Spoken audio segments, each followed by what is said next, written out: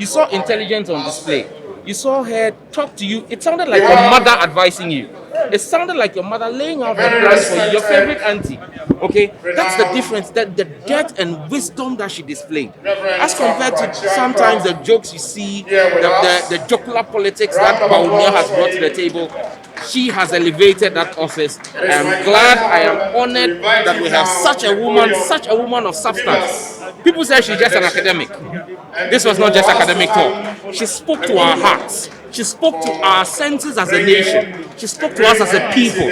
She made us realize what it is that makes us Ghanaian.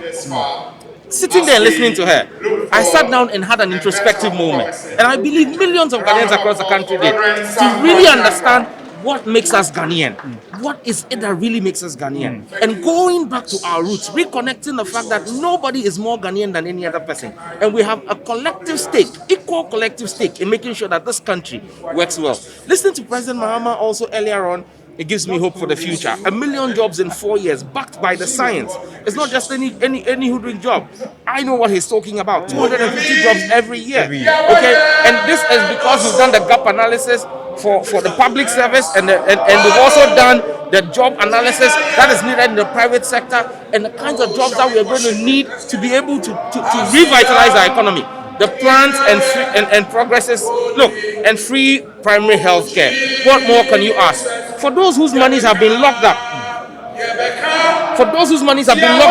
who've been told to wait for 5 years before they get their money without any interest, President Mahama has made a solemn promise.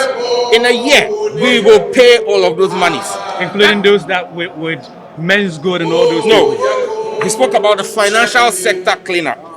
Those whose monies were locked up in the financial sector cleanup are different from the customers of Men's Gold and DKM and all of those things. He spoke about setting up a financial services regulatory authority that will deal with those issues. But within the first 1 year of coming into office, we will deal with all those whose monies were affected by the financial sector cleanup.